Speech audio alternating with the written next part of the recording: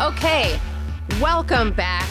No announcements for the class this week. Let's just get right into Sani Petty because Alyssa and I have been planning our Sani Petties for literally days, and they're extremely cunty. I'm just going to say that. Super. Super. I'm applying the cunt label to myself. I own it. I embrace it. And that's fine. I can live with that.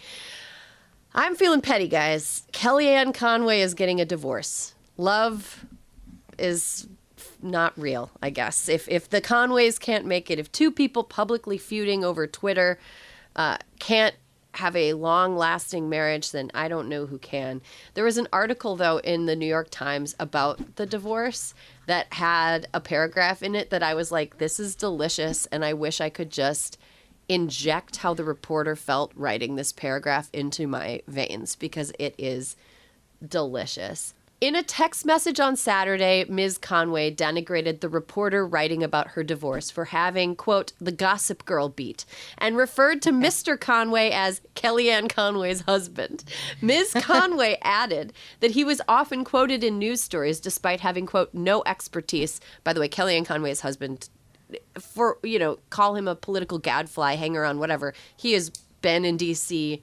for so long, and he absolutely does have expertise to weigh in on things that he was weighing in on. Anyway, back to the article. Implying that journalists did so just to put her in an awkward position. So Kellyanne Conway, in a comment to the reporter writing about her divorce, insulted the reporter, not a good idea, referred to her soon-to-be ex-husband as Kellyanne Conway's husband, said he was an idiot, also implied that people wrote articles that quoted her husband just to make her look bad. Ms. Conway has long maintained that any interest in her husband was part of an effort to undermine the standing of a prominent conservative woman. You know how we talk about men having the audacity? I really think Kellyanne Conway is a pioneer in having the audacity. You know? Like, imagine thinking that entire major media outlets were structuring news stories around making one presidential advisor feel weird. Imagine that. Imagine thinking that about yourself. Imagine thinking that about yourself. Just incredible. The audacity is incredible. Is it okay to laugh about people getting a divorce? I say yes, if they're bad people. It's absolutely okay to laugh about bad people getting a divorce. Alyssa, I don't know. I think it's funny. We all saw it coming. I think their kids are out of the house, so it's like, I hope that their kids are okay. But I feel like maybe... know that they just didn't get divorced sooner because they didn't want to give anyone the satisfaction. I mean, 100% I'm getting the satisfaction. I'm fully getting the satisfaction. I mean, back when the daughter was on TikTok and George Conway was leaving Twitter, and it's like, it's been falling apart for a long time, and they were like, fuck you, America. We know you think you know what's coming, but we won't give you the satisfaction. Little did they know we'd still be paying attention and enjoying. I'm just glad they're not getting a reality show. That was my fear through all of the whole thing. You always said it. You always said it. I was like, they're angling to be some sort of like, we're pitching to TLC. We're two weirdo assholes who don't get along, but we're married anyway. Like, follow us with cameras as we go around DC being terrible people. I'm glad that that's not would you watch it though? Yes, I absolutely would. I would. Yeah, I would. I probably would. It's too mean-spirited. It's, Tien. I know. I just need like a hint of hope in my reality TV shows. Sure. That's why you can't watch 90 Day Fiancé the other way. It's too much. Too much. Over the top.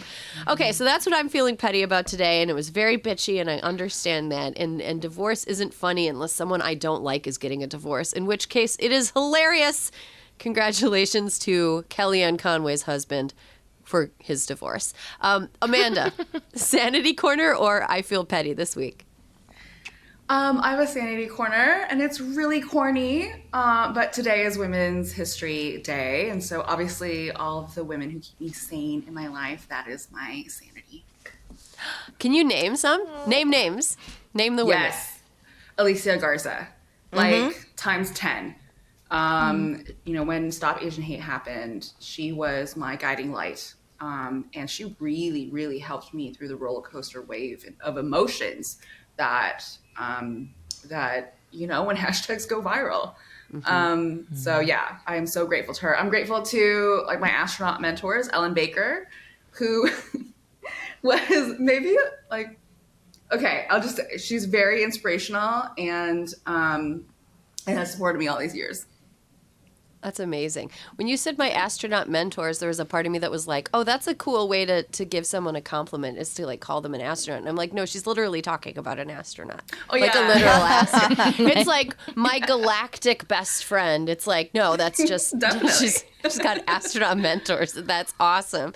Okay, Tien, Sanity Corner or I Feel Petty this week?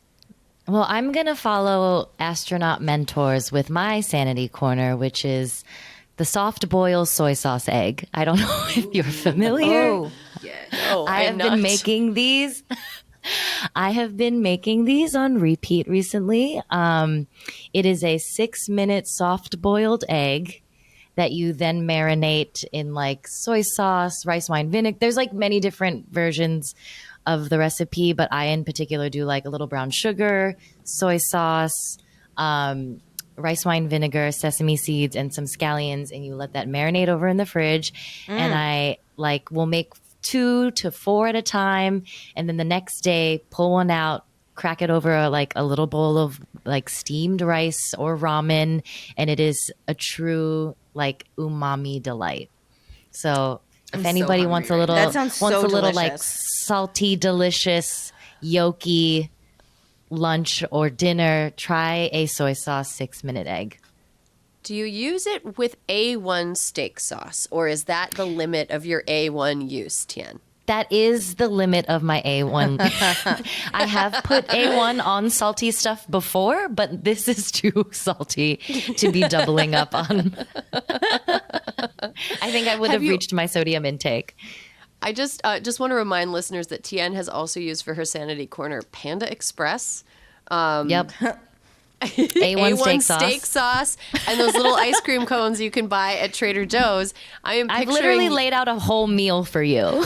This is like a 4-course. This is like a pre-fee. Like you go and Tien, it prepares you this like meal and you end it with a little Trader Joe's ice cream cone.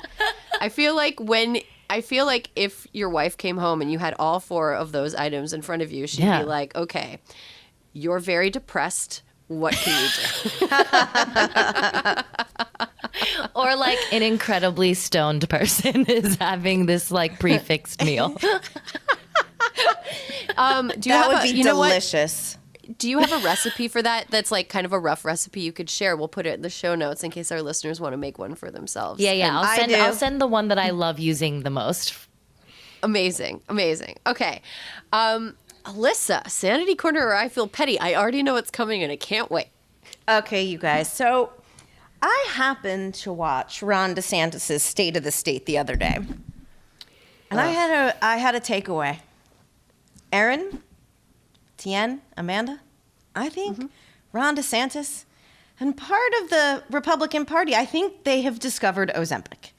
Ron DeSantis, first I was like, did he get a haircut? And also, I want to be clear, this is not fat shaming. If these were not terrible people who hate everybody, I would not be commenting on weight loss. However, I do think it is a pretty good predictor of who thinks they're running for president. Back in 2021, Vanity Fair did an article about how like every time they noticed whether Trump was losing weight, that it was a 10 to 15% increase that he would run again in 2024. But Ron DeSantis, you guys take a look. His ill-fitting suits are like even more ill-fitting. And Mike Pompeo, let me read you a little nugget that seems somewhat in-fucking possible. From the New York Post. Pompeo, 58, said he invested in a home gym in his basement with some dumbbells and an elliptical machine where the Post photographed him this week. I tried to get down there 5-6 times a week and stay there for half an hour or so. He says, when asked, this was in response to him saying he lost 90 pounds in 6 months. And he's saying that's how he did did it. it. 90 pounds. Whoa. That is a person who like, oh, did he lift him with his face? Is that why he has Ozempic face? Ozempic face. I don't know, Erin, but let me just also finish the quote. He said that was it. Nothing specific. There was no trainer, no dietitian, just me. Just me and my Ozempic. God. Just me and my skinny pen. Just me and my skinny pen. But anyway, I'm saying I think that we'll be able to tell who's running if we keep looking for Ozempic face on the nightly news. Right. So Ozempic, for the people who have not been reading who've not been keeping up with it, it's a drug that it was developed for use by people with diabetes.